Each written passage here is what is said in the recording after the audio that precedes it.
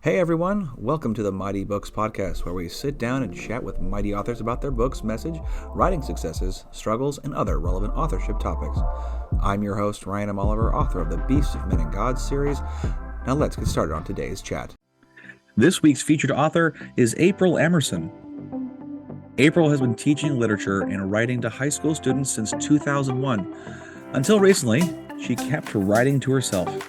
In 2017, after helping a friend publish his first book, she was inspired to publish her stories and poems. She finds inspiration in her experiences living in various places in the United States. Today, she lives in the beautiful state of Washington, where she still teaches, writes, and explores. Hello again, everyone. Welcome back to another episode of the Mighty Books Podcast. Today, we have April Emerson. April, how are you today? I'm wonderful, Ryan. Thank you for having me. My pleasure. So today we're here to talk about your book. What is the title of your book? So it's A Pononoko and the Lonely Tree. Okay, I wanted you to say it first because just for my own, troubles with words sometimes. A Pononoko. All right. Yes. Awesome. Okay. Good job. Thank you. Thank you. All right. So what is A Pononoko and the Lonely Tree about?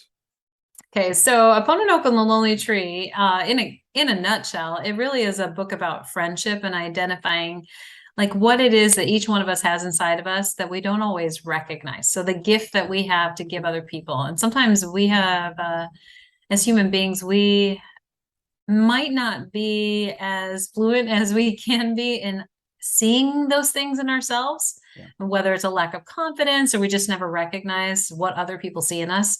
And so the book helps, little ones and adults see that, we all have gifts to share. We just have to find them. Mm-hmm. So what inspired you to write A Pononoko? Well, a couple of different things, actually. So the book is a children's book. So it's a short picture book, like traditional length picture book.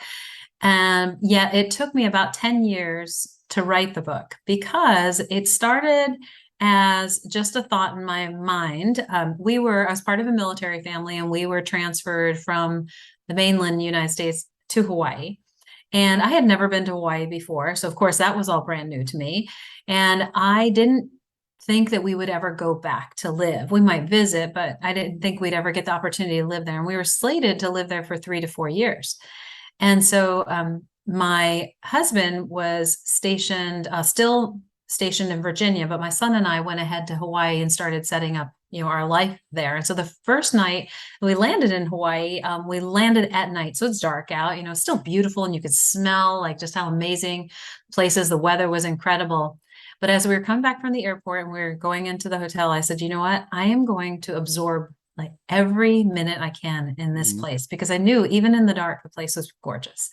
And so the next morning I woke up, I went down to the front of the hotel and I asked one of the front desk clerks, I said, when I was looking out the hotel window, I noticed there was a mountain in the distance, and I've seen it in pictures, but I didn't know what it was. And they said, yes, that's Diamond Head. And I said, well, can I walk there? And they said, sure, it's not very far. You can walk there. And I enjoy walking. So I thought, why not? Let's do this. Well, as it turned out, I later found out that it was about 8 miles away. Oh.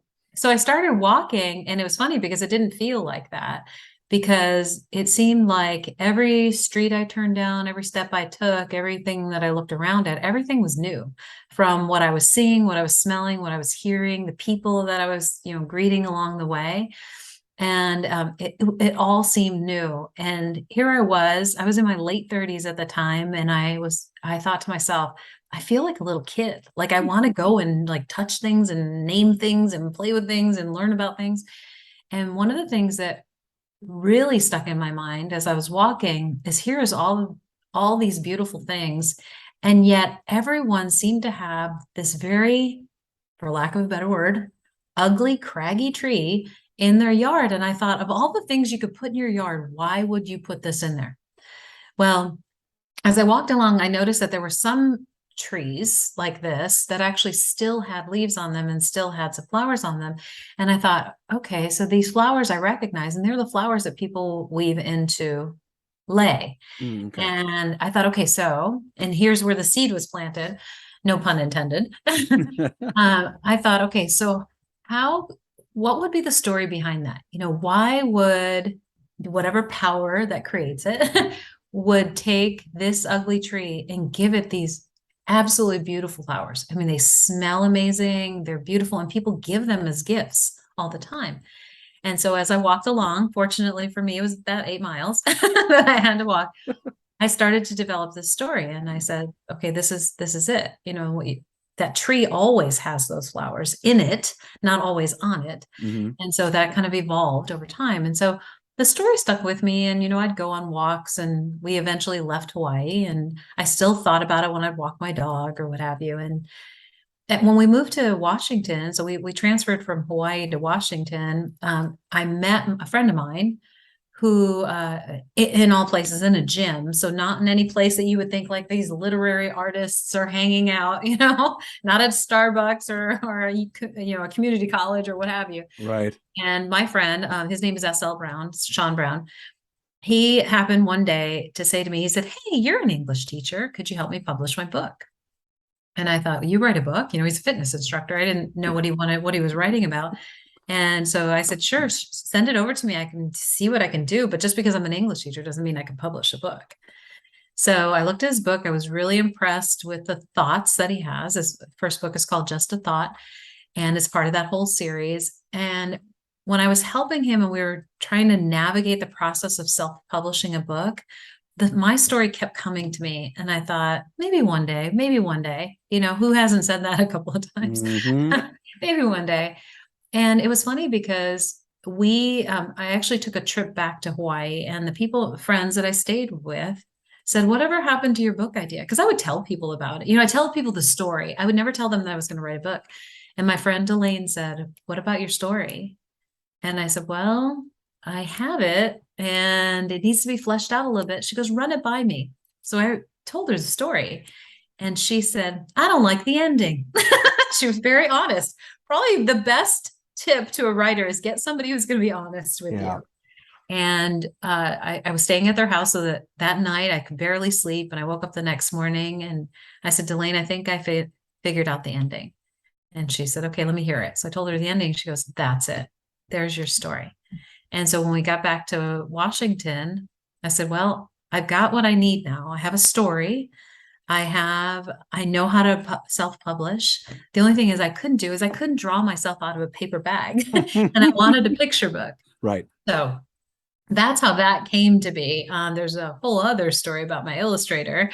Ryan, are you interested?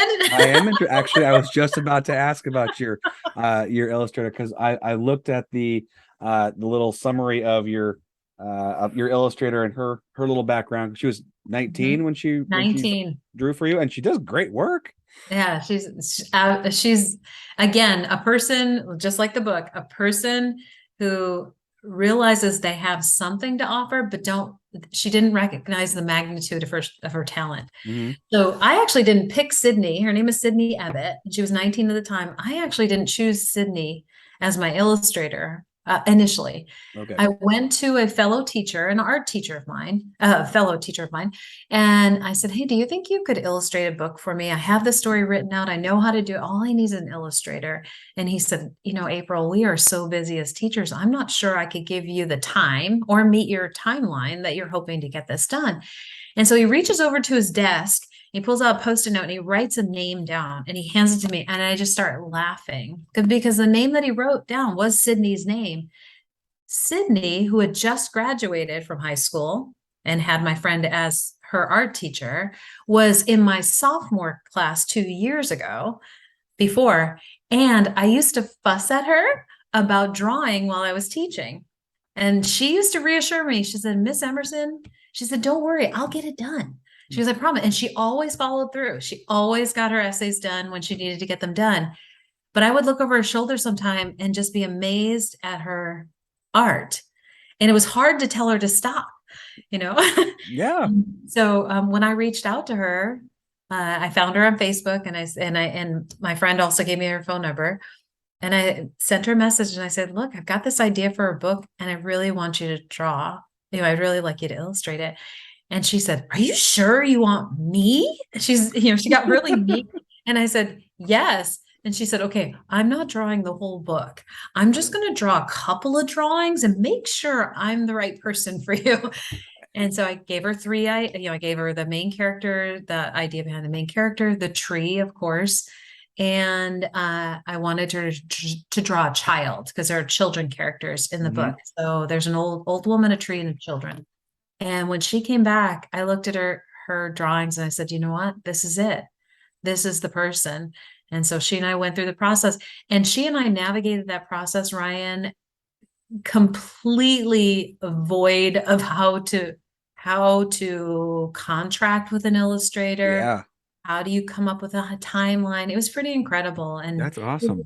yeah, it worked out. It really Yeah. did work out. Really How, if you don't mind my asking, how did you do a contract with the illustrator? 'Cause I've heard a couple different ways to do it, but I'm just curious how you did it. Well, I was really fortunate because, like I said, Sydney had just graduated from high school and she had enrolled in a local university. And she happened to be taking business law for artists. And so I told her up front, I said, Sydney, I don't know how to do this. And I want to protect you and I want to protect my work.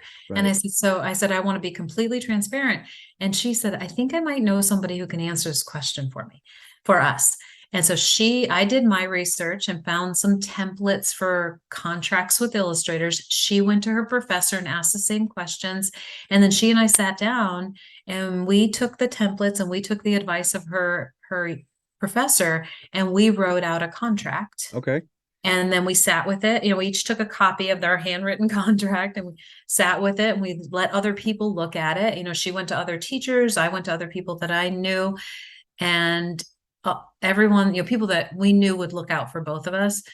And they said, no, it looks like this is going to work. And so the contract essentially, so for anybody that's interested in doing something like that, the contract essentially broke up the illustration process into 3 segments. So the first one were the 3 initial drawings that she did. So I paid her to do these initial drawings. And that means that both of us could say no at that point. And her art was valued.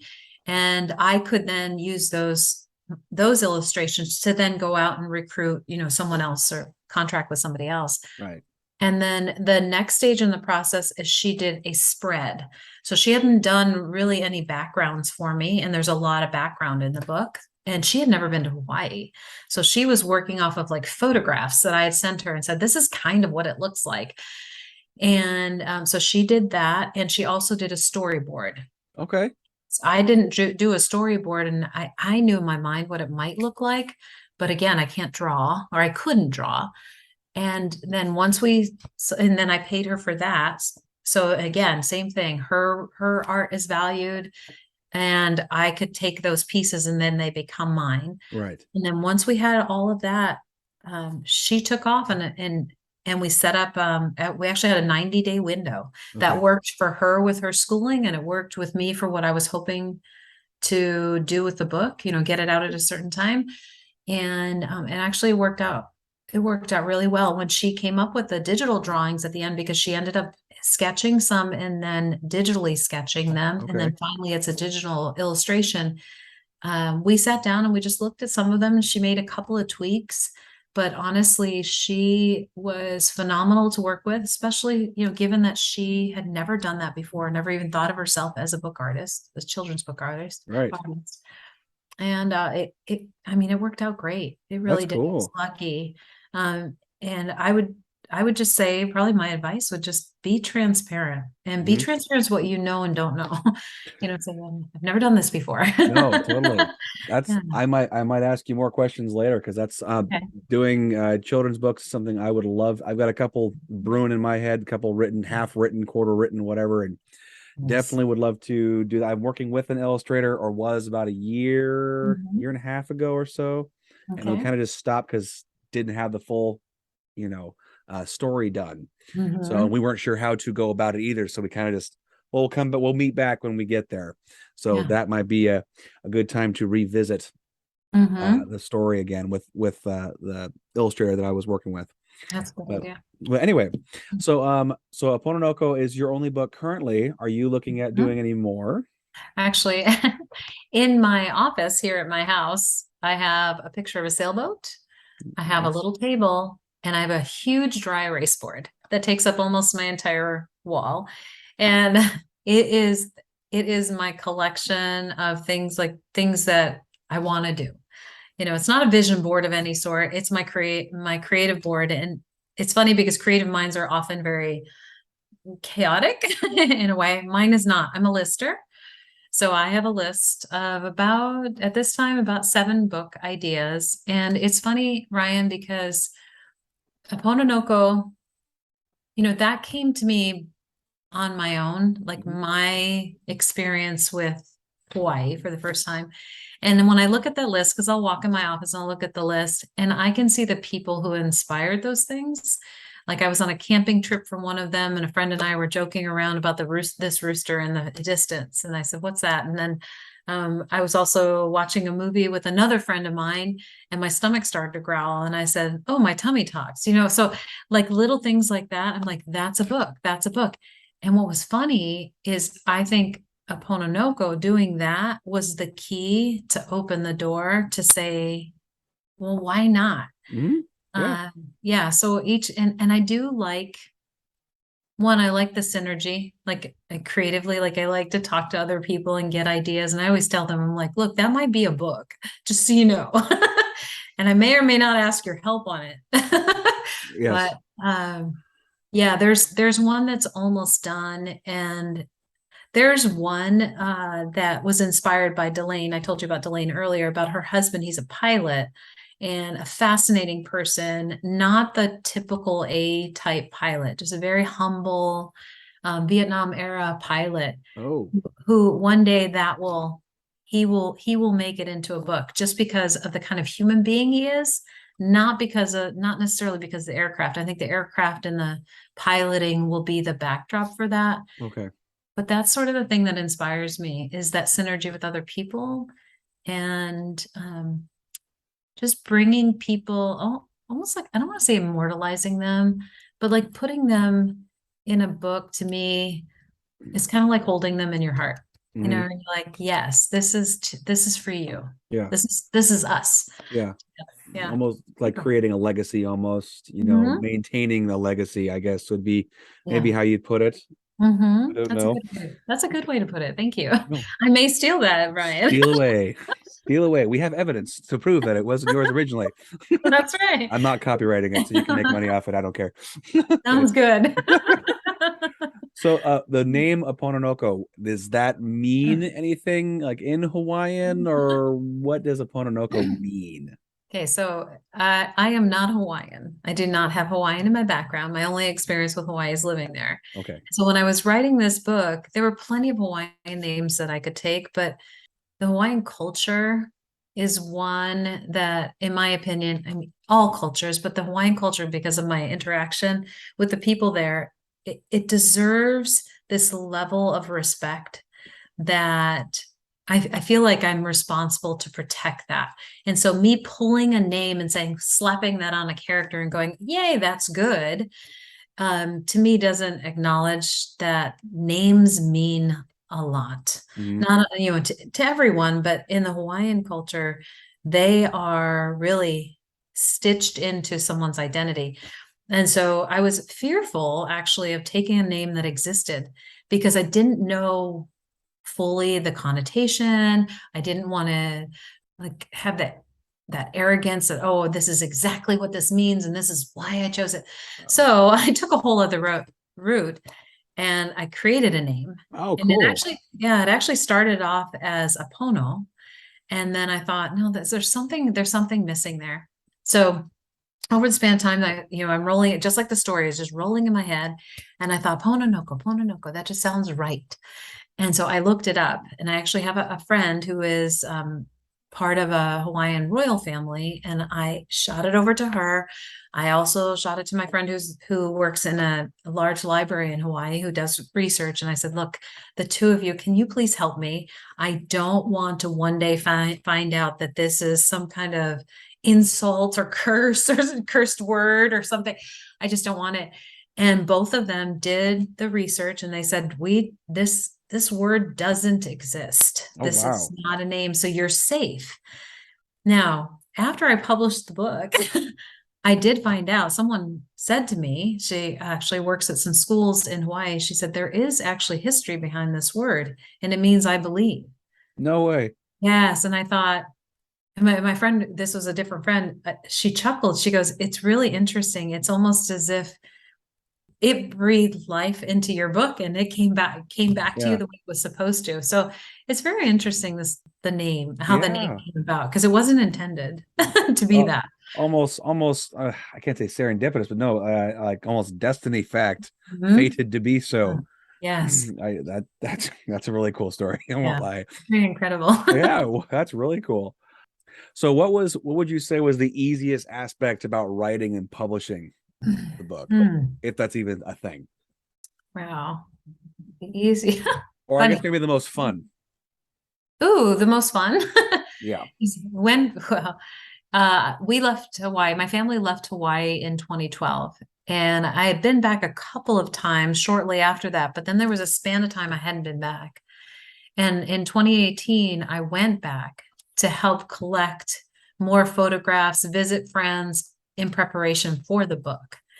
And so it was really neat to go back there knowing that I was going to write the book, Okay. because I started again, I felt like that kid. Yeah. I felt like that kid that was walking down the street going, I never noticed that.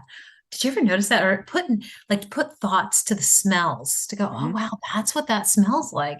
And then learning that there were gaps in my story that I wanted to fill, and to go out and find new things that I hadn't seen on the island, or learn about things that I had seen on the island that I didn't know before, Okay.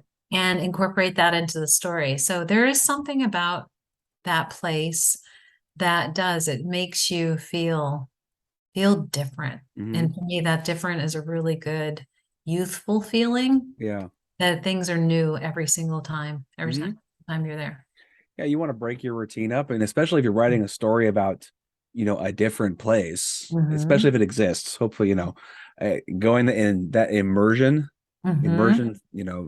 not immersion therapy, but immersion in general. Mm-hmm. Uh, oh my gosh, it makes a huge difference. Huge difference. Anytime, like if there was a scene or something I was writing and I had to go, hey, do it outside in the dark and the cold, or Mm-hmm. by the water, whatever. If you take 5 minutes, just go out there and what are you hearing right now? What are you smelling? That just Mm-hmm. adds a whole other layer to what you're writing. Your whole it makes a reader connect, I feel like, with Yes. your story better. I believe. I actually, that's interesting you mentioned that, because I have a friend of mine she's a writer as well. Her name is Teresa Myers, and she told me the other day, because I have an idea for a novel, and I never thought of myself as a novelist. I could write children's books to the cows go home. Right. Yeah. But I said, how do I do this? And she said that she shared her process with me. She said, I burn the same scented candle every single time.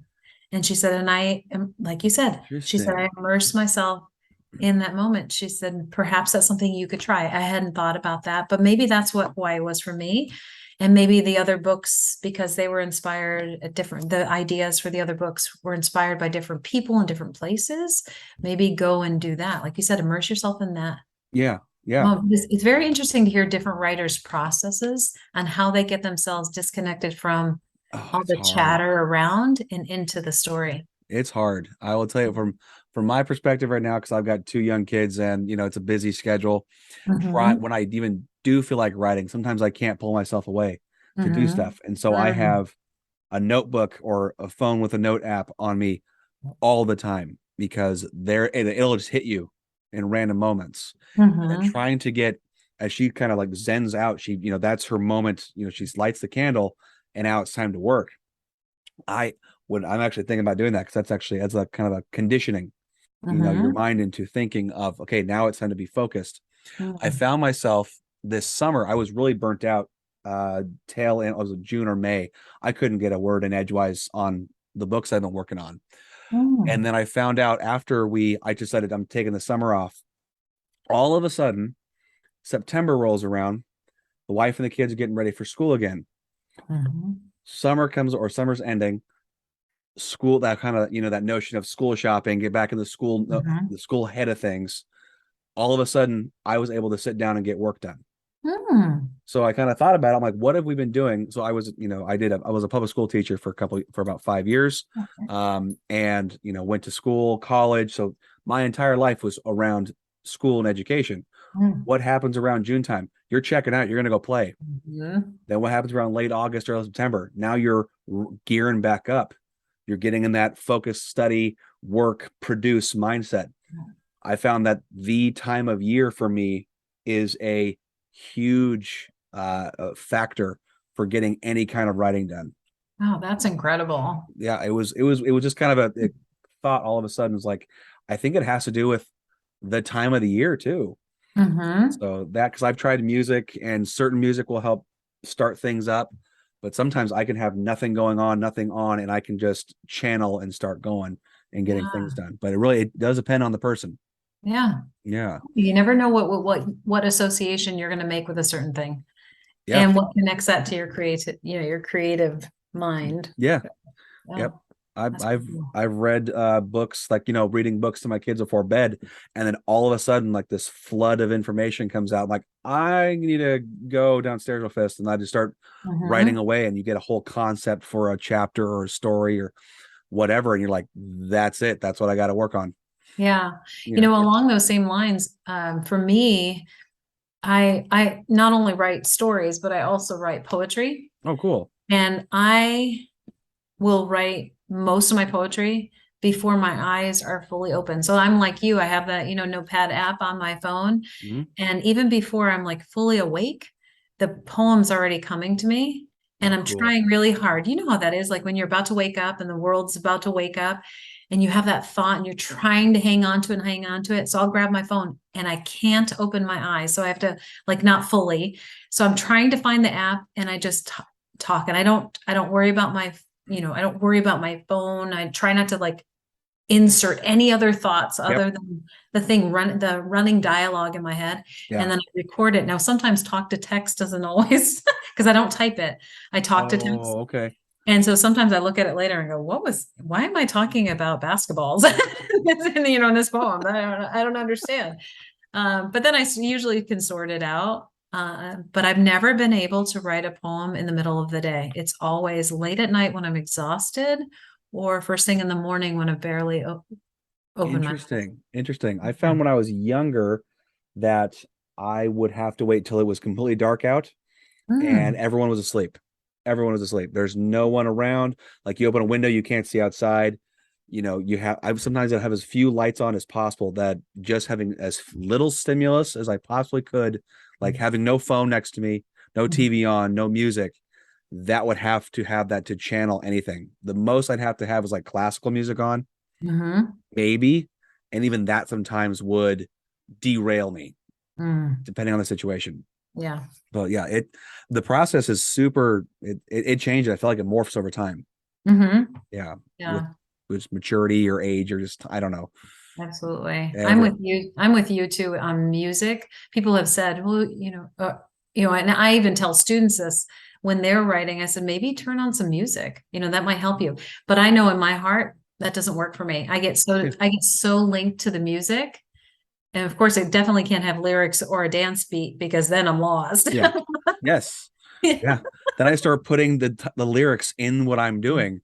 Yes. I'm like, nope, can't do that. Mm-mm, Yeah. mm-mm. And I've even tried, like, meshing, like, writing an action scene and then having, this epic music in the back. And then Mhm. sometimes that does help. Other times it's like, nope, it's just like a 5 minute motivator, and then Mm. turn it off and channel, the feeling of the music and then start writing. Okay. So Yeah. that's how I've done it for novel writing for years now.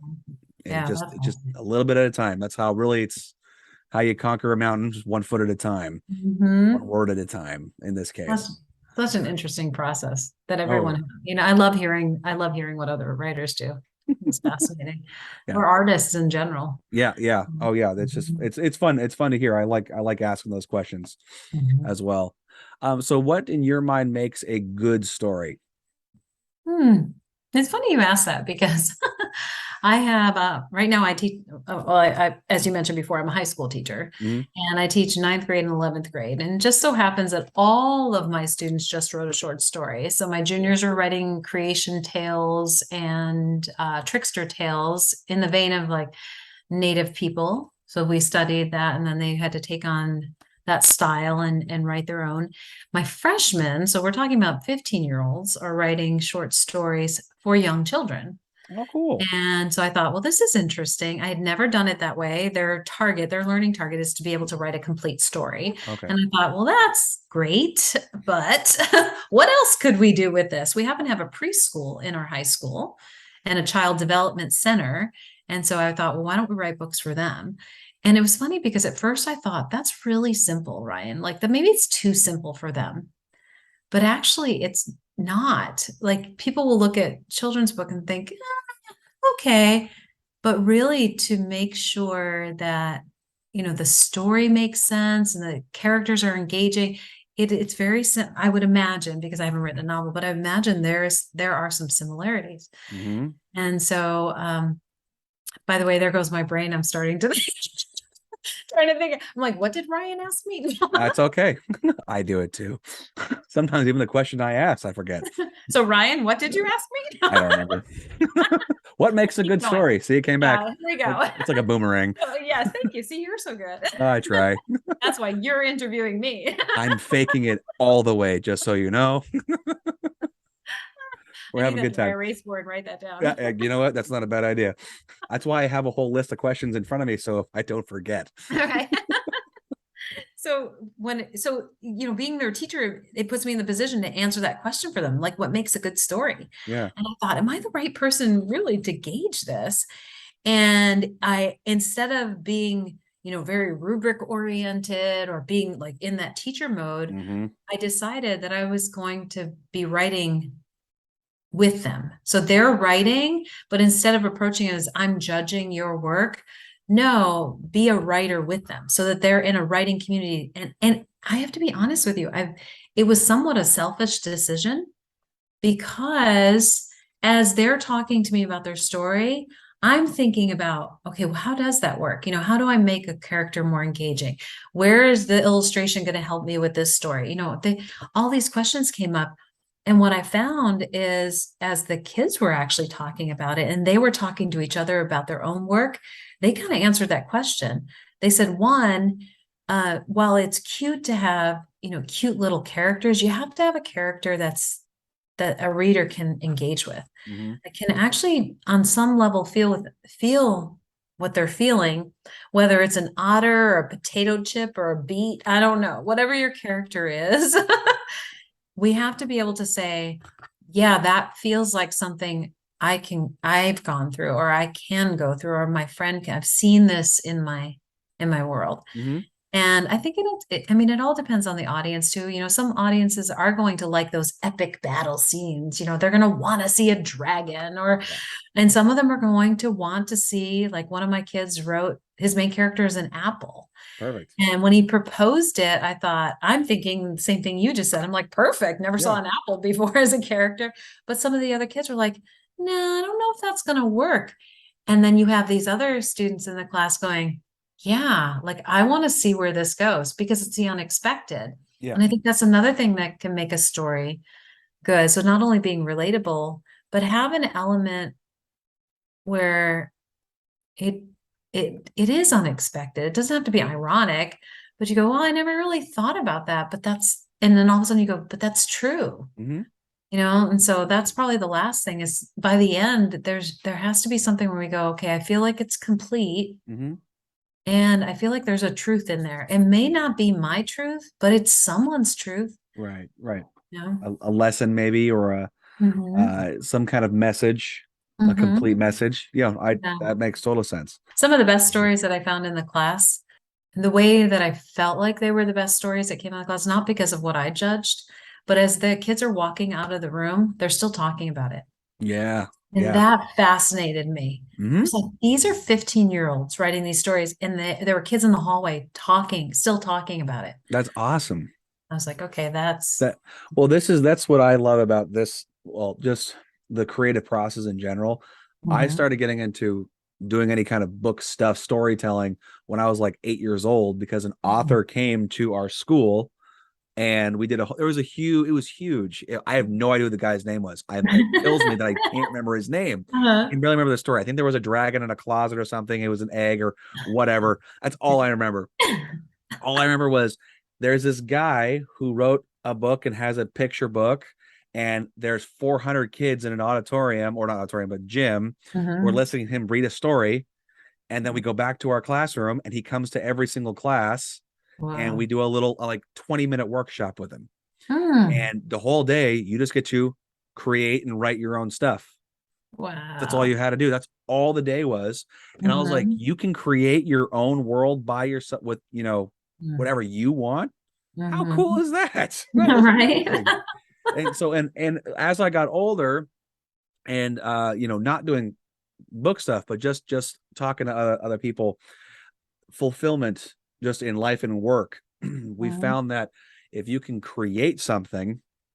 creating something, you're more fulfilled. You have the more passion, more drive to get it done because Mm. you have created it versus doing what others want you to do, doing other tasks. It's not as Right. meaningful as something you have created or you are creating with people. Mm. So that's, I think, why art's so important. I mean, it Yeah. facets, critical thinking, it facets, English writing, Mhm. creativity, out of the box thing, engine, all sorts of neat things Right. that make, life worth living, I guess. Right. And I've seen more and more people use art therapeutically. Oh yeah. Yeah, just uh, yeah. I think about my dad is an older gentleman. He was a carpenter, a contractor, Mhm. and to me, that was an art. Like Yeah. what he could do, what he could build was incredible. As he's gotten older and he's lost the ability to do that heavy lifting, Yeah. all of a sudden one day I went over his house and he said, I have to show you something. Okay, now this is a man who, very strict Sicilian dad. He was like, okay, clean your room. He was a Marine too. So add Oh, okay. that to the mix. Clean your room, clean the house, keep everything straight, make all very rigid, not rigid. I wouldn't say rigid, but he's Structured. very structured routine. Okay. And so here he is, like this gleeful child. He's 80 years old. And he's like, come into my backyard. And I said, okay, Dad, what do you have? His backyard, they live in Las Vegas, and so they have cinder block walls around the houses, so they're not the wood because that would never last in the desert. No. And so he never liked the cinder block walls. And so he went down to the local, construction store and bought all their extra paints, right? And no kidding, he painted his entire cinder block wall, so all three sides, in a mural of Sicily. And Wow. I said, Dad, who did this? And he said, I did. He goes, and I can't seem to get the trees right. He kept saying, he goes, I just can't seem to get the trees right. But I mean, here he is, 8 years old, and you would have thought he was eight. Oh The, my gosh. the incredible amount of joy and glee that came from him, it just made me so happy. I was Yeah. like, please let him be able to do this for as long as he needs to do this because he Yeah. was feeling so much better, Hmm. because his body wasn't doing the things that he used to be able to do. Right. Good for you, Dad. Yeah. Yeah. As long as you Oh, can do that, that's so cool. That's so cool. can I tell you a funny story about him? Absolutely. Yeah, story. Okay. So one day, this is after that. One day he calls me up and he said, April, you remember the trees in my backyard on the mural? He said, I can't get them right. And he goes, but I think I found somebody that could help me get them right. He goes, so my dad didn't have a cell phone for the longest time. Okay. And once he got the cell phone, he only used it as a phone. Sure. So anyway, so he said, I need to know if you can track somebody down because I saw this guy on television the other day and I think he can teach me how to do the trees. And I said, okay, Dad. So I get a pen and paper because I figure he's going to give me a channel on where this guy is. And he goes, okay, hold on a second. His name is Bob. And I said, really? He goes, yeah, Bob, like Ross. Can you call Bob Ross? Yeah. Let me get him on the phone right I said, now. well, Dad, I said, you know what? Well, let me see what I can do. So as we're talking on the phone, he's telling me about how this man who I need to get in contact with, by the way, Uh, can teach him how to do trees. And maybe I can get him to call my dad and teach him how. Um, all the happy I'm on trees. my I'm on my cell phone ordering him the 10 box set DVDs of the Bob Ross video, because it really is the only way I'm going to get Bob Ross to come visit my dad. Mm-hmm. So, Was Bob Ross passed away by this point? yes. Okay. I'm like, Yeah, I so can't sorry, remember. that's an important detail. Yes. Pretty sure, unless I had a Ouija board or something, I Yeah. wasn't going to get in contact with Bob All right. Ross. He says use the green pastels. All right. 1 second. We have to spell all this out. It's going to take a while. Okay. That is an amazing story. That Very is my new cool. favorite story today. That is awesome. Oh my gosh. Love him. Thank you for that. I'm telling that one now. Oh, that's so good. That is so good. I'm just mad that Bob Ross hasn't returned my call. That guy, he just must be so busy with all the happy trees, Right. all the happy little trees. Yeah. All right. So Where were we, Ryan? oh, having a good old conversation about Bob Ross and your dad. Painting Sicilian trees. Yes. Okay, let's see. So, in addition to writing and being a school teacher, what other ventures are you involved in? Oh, interesting. So, as I mentioned before, I helped Sean Brown publish his book, and he has since published self-published two additional ones. Well, along the way, he had shared with me this concept that it really is the heart of the Just a Thought series, and that is the idea of let me, which is an acronym, and it stands for live every tiny moment exceptionally. So basically, every moment is a gift. So, why not? Why not try that? Why not do that? Why not just enjoy a conversation with a friend? And so as he and I were spending time going to book signings, going to book shows, working on, his books at the time, because I helped him with the others, put the others together. He did all the writing and photography for them. We said, you know what, we should probably think about how can we get just let me out to people. So we started with hashtags on Twitter, and we would hashtag things on Facebook, and people would say, what is let me? And so we would, share with them what it is. And we go, you know what, that's just little droplets of water here and there. What about seeing if we could do something a little more consistently? And so we had toyed with different platforms, and we ended up being interviewed actually on public access television here in Bremerton with some friends who are also authors, and we were talking about our books. And as part of the after show conversation that we had with the interviewers, they said, you guys could do a show. Like if you wanted to interview an author, hey, Ryan, if you wanted to interview an author, you could do that. And for Sean and I, that didn't pique either one of our attention at the time. Plus, we had been really immersed in Let Me. And we said, well, what if we did something like this? And so what this turned out to be is a show called Let Me the Journey, where Sean and I, again, we were traveling to book shows and doing workshops and so on. A lot of times along the way, we would venture off and, try a new restaurant or go on a hike or, the next day to kind of decompress or what have you. And during those journeys, we were having these conversations about everything, about life, about how to live life. Not that we have any particular diagram, a blueprint for the perfect life, because I don't know if that could ever be possible, right? But just talk about how to value life and value other people and wrestle with some really tough questions too, like some of the things that go on in the world. And we realize that those moments are as valuable. And so what we do for our show is we have a couple of different avenues. Sometimes we go and we explore things like hidden gems in areas, and we film ourselves and we joke around. We say it's like our home movies, but we do have a structure to these shows, somewhat of a structure to these shows. But in the end, the whole idea is, we had those moments to do with what we wanted to, and we did the things that brought us joy. Yeah. And sometimes, those experiences just fell flat on their head, on their face. And sometimes we actually had these huge surprises, like meeting people. We met a man in one small town in Washington, in Port Gamble, Washington. He had lived there. He was 80 years old, if I remember correctly. His name was Clint. He had lived in this small town, probably a couple thousand people, his entire life, with the exception of 2 years when he was in the military. Oh, wow. He couldn't wait to get back. He said, yeah, he goes, I have no reason to leave. He goes, Yeah. I love it here. Why do Right. I need to go and do these things? It was Right. very interesting because we never planned to meet him sitting on a picnic table, Right. on Port Gamble while we took a break from Hmm. filming. That's what we're up to right now. And who knows where that will go. I mean, we're on public access television right now. We also have our YouTube channel, Let Me the Journey. I'm not sure where we'll go next, Yeah. but I'm really That's the excited to fun. see. I think that's the fun though. Yeah, it Yeah. is. It Yeah. really is. Okay. So at the end of the day, what do you want people to get from Apononoko and the Lonely Tree to learn from? I sincerely believe that, Ryan, you were talking about before that, writers and artists have this ability to create these other worlds. I mean, within our own world, there are so many different existences, the people living their journey. And for each one of us, we sometimes will follow the same road, the same path.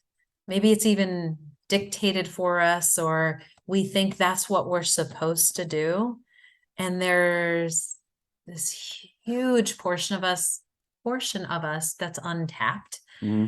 And I don't know, I think there's a lot of joy that comes from finding that passion or that thing that makes you you. And I think on some level, I think we all know what it is. Hmm. We just sometimes we haven't put words to it, or we haven't like opened that box and said, yeah, that's what I get to do. Ryan, I feel that way about teaching. Yeah. So when I read a Pononoko, the tree in the book finds that it can be compassionate and it can be a friend to somebody who doesn't have one. Hmm. For me, like I walk into teaching and it's never drudgery, and I feel really fortunate that I get to do that. And so that's what I think that's what this book is about. It's a metaphor for finally finding, whenever that is, whether you're 8 or 80, finding that thing that when you see somebody else, you go, let me show you this. Look what I can do. Like, because I think the glee comes from recognizing that it was in you all the time. Yeah. Yeah.